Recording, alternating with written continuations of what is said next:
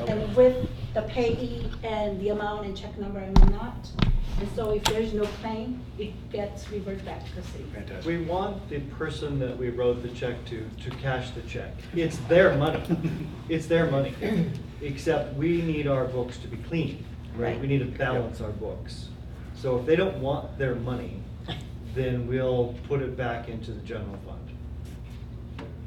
3 years is more than sufficient amount of Absolutely. time for somebody to cash a check. I wish I. I would remember, Yeah. I agree. I'm gonna go home and look through my Wait a minute, drawers. where did I write that? Yeah. All right. The state of any oth- California has a very, very similar policy. You can go online and look up, your name. You can Google your name and see if there are any unclaimed funds. So. Okay.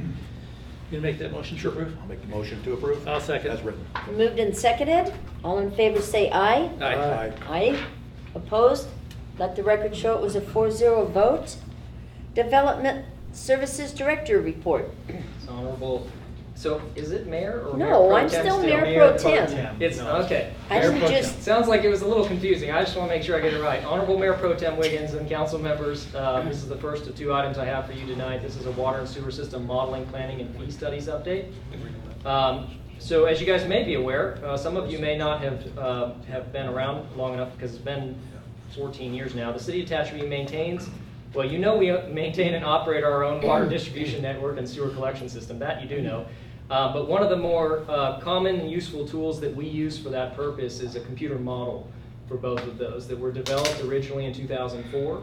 An entire model of the city's water system and a separate model for the entire city sewer system. And we in engineering and utilities utilize those models to predict how future growth will influence the system and then how we need to make adjustments and improvements in that system to accommodate that growth. It also gives us an opportunity when we deal with development, a good example being when the hospital came on board, we did a special model run to consider the hospital's demand on our water system and how we were going to address and accommodate that during even emergency situations. So those models were created in 2004, have not been updated since.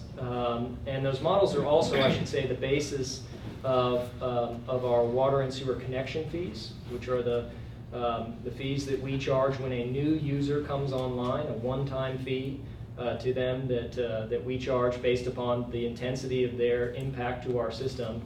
Obviously, things like hotels have a larger impact than a single-family house does, et cetera. And those models are used to help create the proper nexus between what that fee should be collected for and what it's spent on. So considering the age of those items, we've been talking at a staff level, myself and Public Works, for an extended period of time about how best to tackle that, what volume of work should we take on to update these items, and we produced a scope of work, and we set that out for a request for proposals process to local engineering companies, and we received 5 responses. The listed firms are there. The review panel composed of myself, Brian Montgomery, Tyler Napier, and Andrew Norton. We reviewed these received RFPs, and we then interviewed the 3 most qualified firms in our opinion, also listed there with a minor typo in your staff report. And so based upon that RFP, staff selected MKN and Associates to help us with the scope of work that we've supplied. So briefly, before I go to the financial impact, the scope of work includes an update to the water model, an update to the sewer model, an update to our atlas maps, which are pretty antiquated, what's called a flushing study, which helps utility staff utilize that to keep the system clean, and the model can help us determine how best to open valves, close valves, open hydrants here and there to flush that water out and keep the system operating correctly. And then also a comprehensive review of our various water and sewer related mitigation fees. And so from a budget perspective, that's approximately $150,000 worth of work. And we've received that fee estimate from MKN along with a schedule and a detailed scope of work from them. A portion of the expense was budgeted both in 17-18 and in the 18-19 budget we discussed earlier. And then a significant portion of those funds, not every detail, but most of that money will come out of the water and sewer mitigation funds themselves that have been collected in the past, can be used to update that model and update those fees. And so those were all included in the budgetary information. So therefore, my recommendation tonight, we've prepared the agreements for approval. And so we ask that you approve the selection of MKN and Associates Incorporated and authorize the mayor to enter into an agreement with said consultant for the proposed water and sewer systems modeling, planning, and fee studies update with a budget of $149,975. And we further ask that you authorize the city manager to approve increases of the fee of up to 10% or $14,998 if deemed appropriate by city staff. Happy to take any questions you might have. Questions from the audience? Yes, sir?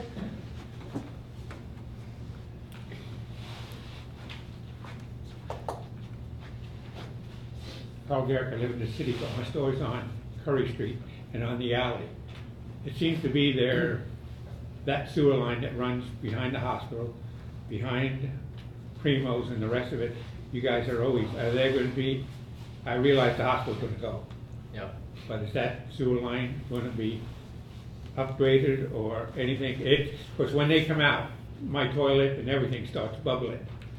So I was just curious of whether that particular alley, which is heavily used because of all the restaurants on in the hospital. And the hospital's going to go someday. I don't know which hospital or Walmart, but something's going to go. So to answer that question, good question, Carl. I think the answer is that this effort is largely focused on future growth and how to accommodate future growth. However, what we have common, a good example, I was an integral part of the previous models that were generated in 2004 in my previous life as a consultant. I actually did a lot of the modeling work. However, models can also illustrate places within the existing network where we have pinch points, so to speak, particularly in sewer. That's more commonly something that you identify. It's tough to tell your specific situation. Sometimes a problem is a true pinch point, meaning we have too much sewage. I'm going to use my most appropriate collegiate language here. We have too much sewage going down through too small a pipe, and that the model will theoretically identify those locations for us and then help us plan for where we maybe add a new pipe in a different location to split those flows and make it work. But sometimes problems like that don't show up because if they're purely maintenance related, meaning in your case, maybe the hospital doesn't have a grease trap and we've got grease going straight down the line, that's a maintenance issue. That's not going to be identified because in theory the pipe is large enough to supply or to manage the impact. So yes and no. We do look at those issues, but we kind of don't look at maintenance issues. We're really looking at capacity issues when we do something like this. So hopefully that clarifies. It's always been grease there. Yeah. So it's probably a maintenance issue. Coming from But anyway. Okay, any other questions? Council? Madam Mayor, $150,000 is a lot of money. And I realize that we may need to do that. And I realize this is sort of a living document, for no better term. I also heard earlier tonight that our sewer system was at 50 or 55%. So that may not necessarily be a problem or a concern with this particular document, or what it allows you to better understand.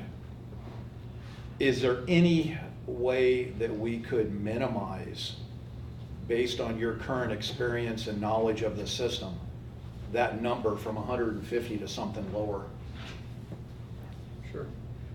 So to answer the question a couple of ways. The first is there is a multi-page scope of work prepared by MKN that's attached to the agreements that's in your packet. I would recommend take a look at it. That helps describe the lengths with which they're going to go to address the items that we on a staff level put into that scope of work. And I think you'll see as you read it, it's an extensive amount of work. So in my judgment, let me say very formally, I think their price is reasonable for the work we're asking them to do.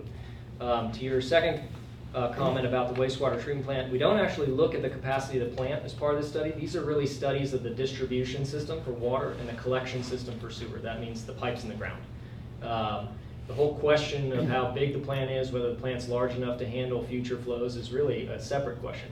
That said, the mitigation fees that we charge developers, particularly that sewer mitigation fee, is currently based upon the belief and the nexus that was created that we did need to make number of large improvements to that plant in the coming 10 to 15 years, and therefore we're charging money right now based on that. We will revisit that number. I do think there's a chance, because of the reductions we spoke about earlier today, that fee might come down. And we'll do our due diligence, generate the nexus, and bring those items back to you all for consideration and decision, hopefully. Last question was about whether we can reduce it. The answer is yes. I mean, we prepared a scope of work on a staff level based upon what we believe the staff we need to continue to do our job well. I'm happy to talk about any of the components of it. I mean, but could we have a significant item for updating our atlas maps. Right now, our atlas maps consist of a single page, color-coded document that only roughly tells you which street has which pipe and what size. But where in that street is, Not really particularly. Yeah, not very accurate, as Den's Sort going of to over tell you. here. And so, so we're talking about a significant amount of money. We're talking about surveyors coming out and shooting manholes and valve covers all through town to help gather that data into very detailed documents. And this is really for Tyler and his crew, so guys can go find manholes. They can respond to a USA request and paint the ground right where it belongs, etc. Not that it's going to be perfect, but as best we can get that data. So do we have to do that? No, but staff feels like it's a worthy expenditure. We have the funds, again, it was in the budget, and that would really help staff do our job better. So each of the components of the project are like that. Do we need a flushing study? I don't know that we're not under some kind of fine from Department of Public Health for lack of keeping our system clean, but again, Tyler and Ryan's thoughts there were that this would be helpful to us to maintain compliance and to provide good quality water to people. So that's how we came up with this kind of enlarged scope. They're also, and I've advocated to them, all of the things that are here are all related to each other. So there's a real efficiency to doing them all at one time. So that's what I would argue to you is, I think you would agree if I went through each one of them that they're worthy expenditures, but we're saving money because we're doing them all at once, because it's all a very similar set of engineering tasks. And so I know it looks like a big number, but I think we're getting our bang for our buck here by adding these and doing them all at once. So that's why you have my recommendation. And this will get us how far out into the future with the data that they provide? The last time we did it was a 10-year plan. This is what I've asked for in this scope of work, is a Okay. 10-year plan. Okay. Now, I will tell you, if budgets are well in 5 years, I would recommend a much smaller scope of work to update it every 5 years. That's good policy, but we haven't done it since 2004 because it just hasn't made that much sense. But if we grow quickly in the next 5 years, we could find ourselves in 5 years wanting to update this. So, but it wouldn't be this much money, Okay, thank you. Any other questions? No, just that it's a very important study because it has to, this is our foundation for meeting the requirements of state law of what we charge. Yeah. Correct? Yes, absolutely. Who did the first study back there? Quadnoff? No, AECOM did, and AECOM. Boyle did. I wrote about Okay. half of them. All So All right. Why didn't you write the whole thing? we wrote them at different times. Yeah, Are you it making was a motion? Again, yeah, growing city. I'll let Dennis make it. Make the Make it. I'll motion. make the motion. I'll second. Moved and seconded, all in favor say aye. Aye. Aye. Aye. Opposed? Let the record show it was a 4-0 vote on a recommendation by staff. Thank you. Number 10, Very good. sir. Honorable Mayor Pro Tem and council members. Good and bad news here, mostly good, but tonight is the congestion mitigation, or CMAC, Park and Ride and Transit Center project.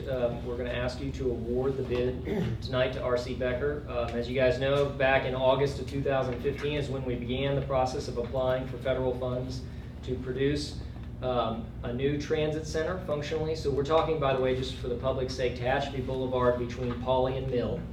Both sides of the street, we would be building bus pullouts, new transit shelters. We would be relocating the primary bus pickup that's right now in front of Kmart to this location. And then on the north side of the road there in the old Ace hardware lot, we would be building a park and ride parking lot. About 100 parking spaces is the proposed layout. So it's a decent sized project. We applied for those funds and a series of other smaller amounts of transit funds for this project, and we were successful. We began advertising on May 2nd for this project and received the bids on the 31st, and the two bids are shown there. The two bids are both over budget. This is a project that 6 months ago I would have gotten 6 bids on. And I think I would have gotten a much lower price. I think what we are seeing here, if I can digress from my staff report, is we're seeing what we saw in 04, 05, 06, which is a lot of work. The state is prospering. SB1 in particular is delivering large volumes of money to road projects, so the types of contractors that are interested in this project now have lots of projects to pick from, and so that reduces competition and increases prices. That's basic economics.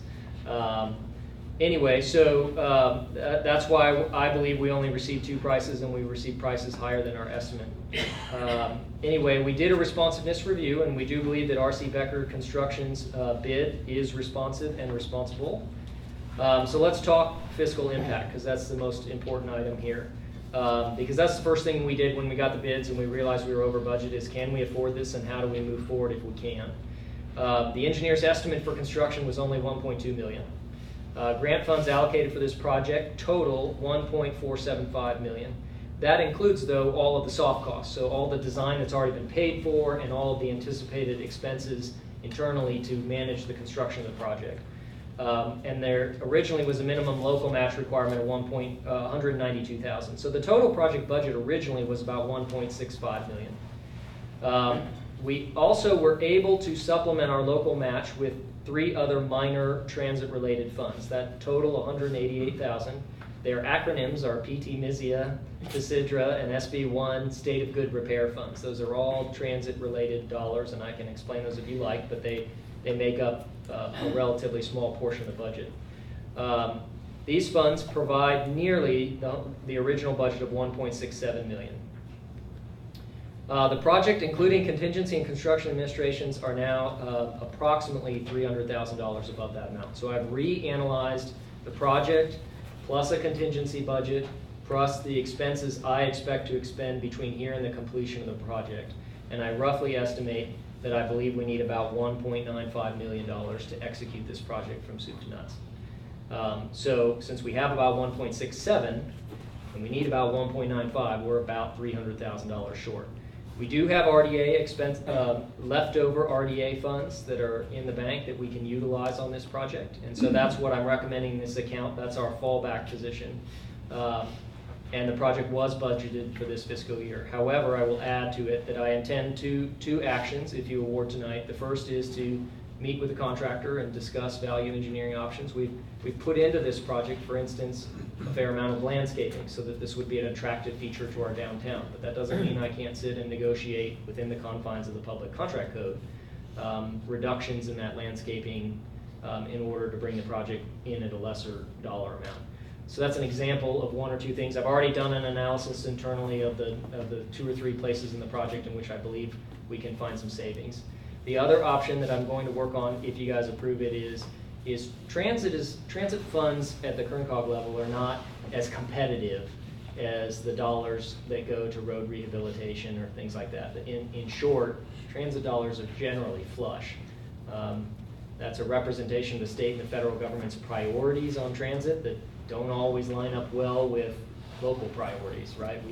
We would ask that more dollars get sent to maintenance and less to transit, but that's not how that works. You know, the feds decide how much money to put in each pot, and we just work on it. So I do believe there's an opportunity for me to go back to some of our sister agencies around the county or to the Karen Council of Governments and ask to see if some of these funds, specifically PT MISIA, TSDRA, or SB1 State of Good Repair, that maybe, you know, for instance, Shafter has $30,000 in SB1 State of Good Repair that they're just not going to use or that they don't have a priority project for. And we can ask them if they'll send the money to us in exchange for they get our next year's pot of money or something to that effect. So I can't count on that, and I need to move forward with awarding this project. We're going to do it because of winter time. I want to get going so that we're not into bad weather to get this project done. And if all of those measures fail, we do believe we have the funds in RDA to cover the cost of the project. So with all that as background, my recommendation is that you award the CMAQ Park and Ride project to R.C. Becker Construction the amount of $1,710,603.88 and authorize the city manager to approve any necessary change orders up to a maximum of 5% of the original contract or $85,530. So with that, I'm happy to take any questions. Thank you. Questions from the audience? Questions from the council? Yes, sir. Mark Alonso, local. I need to get you by the microphone, Yeah. sorry. I'm a little slow, sorry. So that 100, what is it, we say million something, million seven? That's coming out of just the budget of Tehachapi? No. That's coming from state budget, right? That's not local funds. How much are we responsible as far as Tehachapians to flip the bill for this? So, the chair, Go ahead. Approximately 1.67 million of that total is a combination of federal funds. They're all federal.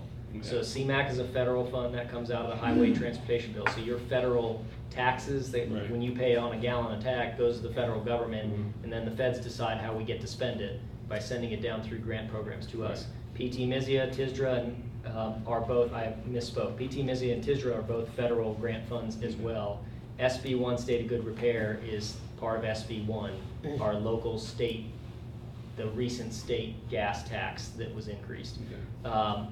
If I'm unsuccessful in the efforts I noted, approximately $300,000 would come out of local coffers from the RDA, the Redevelopment Agency. Those are controlled dollars that we can't spend on anything we want and can be only spent in a select group of areas, one of which we believe is qualified for this location. So that's the worst case scenario. But those aren't dollars that I can't pave a road necessarily with Right. those dollars. I can't, So it has to go towards this type of a project? this type of project, And exactly. who stands to benefit from this type of project? Because I'm thinking public transportation, and what is that gonna, how is that gonna impact the community? Is it to bring people from like Cal City or Mojave here? Is it to bring people from Bakersfield here? Because I mean, I don't think that's a positive. Well, It's just me. Yeah, it could. I mean, current regional transit, you may not know, provides daily bus traffic from Tehachapi down to Bakersfield, Right. down to Lancaster, and back and forth. So we're providing better, safer facilities for that use. So it could increase the number of people that come from those communities Right. here. It also, I happen to know of plenty of people who, kids that live in Stallion Springs that bus down to BC Right. every day. So it's also a service to the But for the community. most part, I would say that's probably rare. The majority is gonna be people coming up to try and get the new Walmart, which is already controversial within people that like wanna keep Tehachapi small town, right?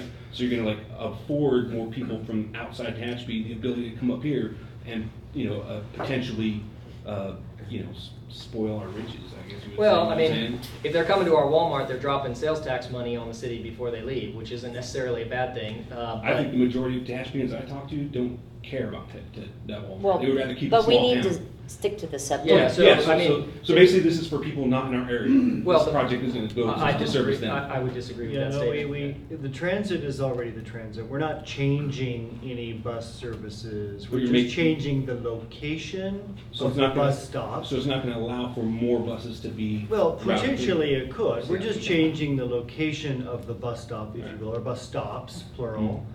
But we're adding 100 parking spaces for downtown, which helps the downtown merchants with the Well, parking problems and- that we Y- enjoy, let's say.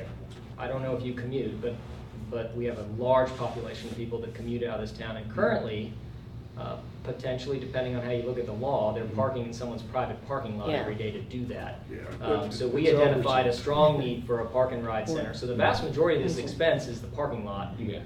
And that absolutely benefits Yeah. city residents by providing a safe, well-lit, high-security location where their cars can be parked. No, my thing is I'm here to be like a voice of small town Tehachapi. Sure. I know a lot of times I hear through the grapevine, it's all about progress. Some of us don't want progress, you know what I'm saying? I moved here from San Bernardino County to get away from that, you know what I mean? I don't want, Walmarts, I don't want any of this big city stuff. If I wanted that, I could live there and eat good Mexican food whenever I want, you know what I'm saying? But instead, I'm here, dealing with small town issues. To answer your question, Yeah. maybe better, example, I know a ton of people that commute from here to NASA. Right. And that might be parking their cars up at the school or out at Albertsons or over Right. at Kmart for their van pools. Right. This will give them a place where they can safely park their vehicles. It'll be well lit and patrolled by, it's close to the police station. So it's mostly for folks that are already using van pools and stuff like that and the bus service to go out of town to Right. college and come back. So How many people do you know that really drive the bus to college, though? I used to drive the bus. So how many of them do? You had a hand raised in the background. Yeah. So, Really? Yeah, I used to take that bus, and I see these kids tying up the Kmart parking lot. Yeah. And there's about 50 of them. That whole thing from Burger King Yep. all the way to the corner. Tehachapi resident Yes. kids taking Yes. that bus. well, if you lived in Cal Yes. City, why would you drive to a parking ride in the city and jump on our bus here? Right. You'd get on it there. I mean, these are people who live here and These fill are our up that parking residents that lot. benefit, Right. Yeah. mostly. That's a good question. Maybe I'm out of the loop then, because everybody I know commutes, you know what I'm saying? So- Yeah, and this is why we get this kind of money, this CMAQ Mhm. abbreviation, congestion mitigation air quality. Mhm. If you can get people in van pools or carpooling, because they can park in that spot and they all get in a sedan, and there's 4 people Right. instead of 4 cars. No, I Just like you say. Yeah. I commute because I can't take anyone else with me on my service calls. But it's for the residents here, it's gonna. See, I understand what you guys are saying, like to help people who can't, who are less fortunate or whatever. But my thing is I come from the background of the smallest amount of government, better. Because it allows for people to be motivated and do things for themselves and have to rely on handouts. And my concern is whenever you start building all this infrastructure for who? People that can't do it on their own, it's like you're just giving them the opportunity to just be a weaker, less productive human being. I disagree with your contention that it's a handout. Mhm. These are engineers, technicians and things, people that are going to NASA, Okay. and they carpool And 4 to on the 6 airport. or more. Then let, Or then they- let NASA pay for it. Why does it have to come out of city budget or federal budget, which is still, NASA's the government. Let me Yeah. throw it okay, out. then but they also contract. It's not just for the government. I know they have Let me, Lockheed let me Martin throw out you there. another, Mhm. please. What's your name? Mark. Mark, Alonso. I'm Phil. Another aspect of this, and I harp on this when people suggest that, let's not use this grant money. Mhm.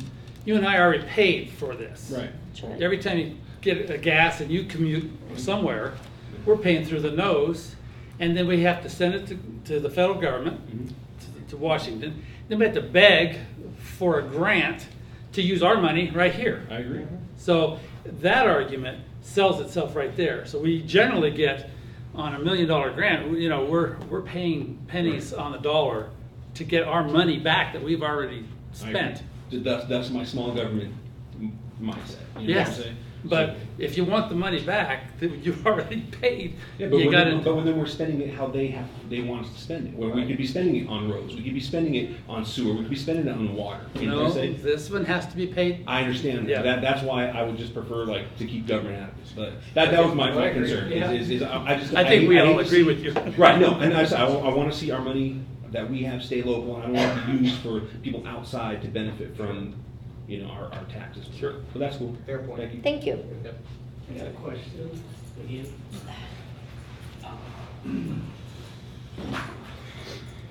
Okay, Alan Dean, Golden Hills, and this construction area is from the property of the VFW on the north side, which is railroad property.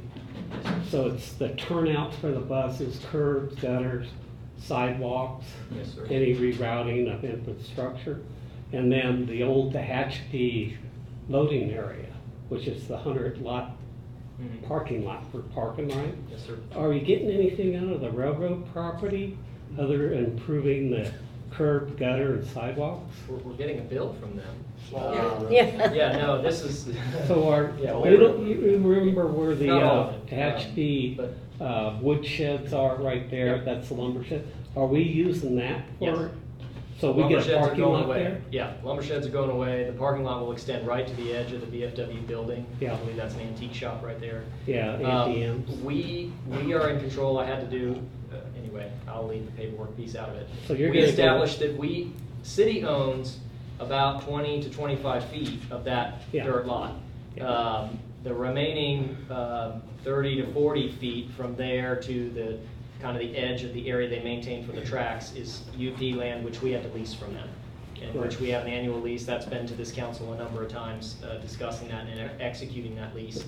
Okay, I so, understand yeah, we get a that bill part, from but them. what I'm getting You at, know. how far down are you going? Are you going all the way down to where the Shell station is? Yeah. On the north To Mill. side? Actually, Yes, sir. to J and H Well, we're going to, garage? no, there's a big drainage channel right Yes. through there. We're not gonna take the But are drainage you channel out. doing We're the- stopping, we're going to the intersection of Mill and Tehachapi Boulevard. Correct, but are you doing a walkway there too to Yeah, continue it? we'll be adding an intersection and then crosswalks in that location. Okay. Yep. Stoplight? Probably a stop sign. Okay. But the other parking lot of Tehachapi Lumber, is that your parking right? You know, be the. Stuff on the south side is all South. privately held. It doesn't Okay. belong, So yeah. you get the bigger section. Yeah, we're getting all the stuff on the north side. That's Yeah. a lot more than 100 spots. Yeah. All right, Thank you. Any questions from the council? Ms. Mayor, I just have one comment.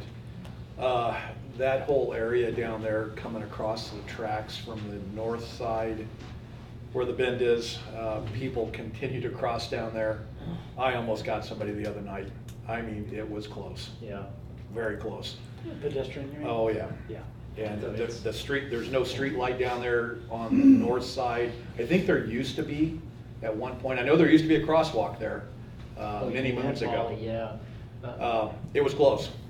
And that whole, the only thing I could say or ask is that in that design concept, you know, and I know we've talked about the barrier in the past, to try to basically prohibit pedestrian traffic coming across the tracks. Yeah. When you cut across the tracks, you're right across the street, and it's just a bad area down there. So, yeah. if I agree with the whole project, but Great. that just really needs to be Yeah, emphasized. yeah, that project is still underway. I'm getting close. We have approval from the California Transportation Commission for the big railroad safety project that would do exactly what we talked about. Fencing. Full fencing so that you would effectively be forced to either hop the fence or walk to the Green Street crossing where it'll be all improved to make those. However, I'm having heart palpitations when I receive this bid and I look at the bidding climate we're about to enter into, which I have no control over. This is the nature of public contract bidding. You know, so I'm working hard. I met with my engineering team just today to put new eyes on that project. But yeah, hear you loud and clear, totally agree. We're adding a lot of lights as part of this parking lot project. And there is a fence as part of the parking lot project between us and the tracks, although it won't be so extensive as to keep somebody from kind of walking another 100 yards down and turning the corner. But yeah, we're going to be adding lights, making nice pedestrian improvements, putting in a stop sign so that it's going to be inconvenient. We'll be slowing people down into downtown, but I think it's a good improvement. It's all part of kind of a walkable, approachable downtown, but at the same time making the right safety improvements so that when you walk it, it's not unsafe. So that's the goal. That was my only comment. Yeah, I think it's a good project in as much that we are really leveraging a lot of money here, getting it back from Washington. And I don't know, remember your last name, but Mark, right on. You know, it's nice to be able to keep our town small and do a project for our citizens here. And the bulk of the use is from locals. The kids going to BC, they utilize the transit. When I went to BC, they had a 42 passenger Crown that BC owned, that two of us, I can't believe they let me as an 18-year-old drive the bus. I had to get a special license to drive a bus, a school bus. It's a big yellow Crown school bus. And we all loaded up by C&P Market or wherever the stop was, parked on all the streets and headed to BC. Had to be there a certain time and then at 3:30 head back up the hill. But this is a transit, we've kind of grown up here. So I think it's a good project. I always throw in those little curves, just history. Anyway, Did you make that a motion? if there's no more. Any other comments? You like it, Dennis? I love it. All right, I'll make the motion on staff's recommendation. Do I have a second? I'll second it. Moved and seconded to award the CMAC Park and Ride project to R.C. Becker Construction and as presented by staff. All in favor say aye. Aye. Opposed? Let the record show it was a 4-0 vote. Thank you. Thank you. Thank you. City Jay. Good Manager's job. report. Thank you, Mayor Pro Tem Wiggins. I would like to take item 13, 14, and 15 together, and we can vote on them separately if you like, or all together. This is something we've been doing for 10 plus years. This is a requested self-levy, if you will, for certain neighborhoods for landscaping, lighting, maintenance, and drainage improvements and maintenance that takes place. So streetlights in Heritage Oaks and Autumn Hills, so on and so forth. Drainage in the Bailey Court Industrial Park, so on and so forth. State law requires us for the city council to allow the city to collect this levy on their behalf, put it in a separate account, and use those funds to pay for those maintenance costs of several tracks. Track 62, which is Pinion area, 6212, which is over by Pinion, so on and so forth. There are many, many of them, and again, this is a self-assessment. So we have public hearing requirements annually. So we introduced it at the last meeting. Apologize I wasn't here. I was with Mr. Grimes' family. And then tonight we have the actual public hearing for this self-levy. So we can start with opening the hearing. Okay. Staff, were there any correspondence? I'm sorry. No correspondence received. Okay. Does anyone in the audience have any comments to make regarding this public hearing? If not, I'll close the public hearing. Are we doing 3 public hearings? All right. I'd like to open the public hearing for item number 14. You can do We them can do all them at one together. time. I can do them all at once, all right. Yeah, I thought that's what you were doing. I'm sorry, well, that's what Okay. it's late. So does anybody have any other comments on 13, 14, or 15? All right, I'm gonna close the public hearing. And staff question, or council questions?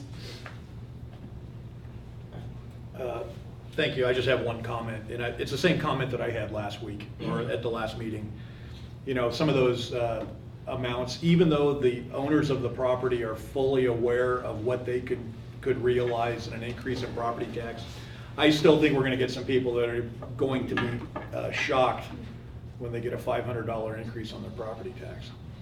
There are no increases. This is an ongoing. So this is not anything new at all.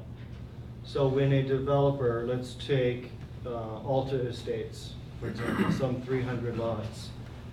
That developer requested the city impose a levy on every lot to help pay for the Warrior Park, the street Sure. lights, all of those elements that increase the property values for that area. So when you buy a home and you go through escrow, you look at all the different components. You know, there's a Tehachapi Cummings County water bond, there's a hospital bond, so on and so forth. For that particular property, there's also a levy to maintain the nice elements in that community. So all the undeveloped lots, Mr. Ash is the owner of those lots, there's 200 plus. He's actually paying himself, actually paying us, we're collecting the money. So he sees the value, but every time he sells a home, that home is levied, that particular $150, $200, whatever it happens to be. Every neighborhood has its own levy. It's part of the engineering report that's established from the beginning and reviewed every year. So this is not new. The existing residents have been paying this levy from the day they purchased the property, some 10 years ago. But the number changes. No, very small. Law only allows us to increase it a very small amount. If you look in the budget that you just approved, the LLD summary, you can see some in the deficit and some in the black. The deficit is subsidized by the general fund. So for instance, if we take Heritage Oaks, it runs in the red annually $6,321. So general fund is subsidizing that. We cannot ask those people to increase more. Is it 2%, I think? It's the CPI. CPI, thank you, CPI. So we want them to be And then net, can I- certainly. We want them to be net every Can I year. add real quick? Sure. So there is a maximum amount that we can levy. So you cannot just jump up because of there's shortage, no. So. And it's yeah. all based upon the original report. The original report talks about landscaping, it talks about numbers of street lights, it talks about all of those elements. And the Wildan company here, they're the ones that create the estimate, the financial estimate. This is what it's going to cost to maintain all of this. So this is what you need to levy on these properties. So the people that live there, they're paying their own way. That's the intent, right? We don't want the residents of Polly Street to pay the bills for Heritage Oaks. They're paying their own way. That's a good thing. They chose to buy a house in a neighborhood where they're imposing a levy on themselves for streetlights and for beautiful landscaping. But from time to time, we do have to subsidize, and this changes, you know. So the matrix with all those addresses, with those dollars that are associated with them, Right? those are previously imposed taxes that are, It's not a tax, it's a self-imposed levy. Oh, sure. Well, And it was- tax- I mean, assessment, yeah. it was imposed the day the city council approved the track map, some 10+ years ago. So the developer has requested that you levy them. They in turn turn it over to the new homeowner, but it's their deal.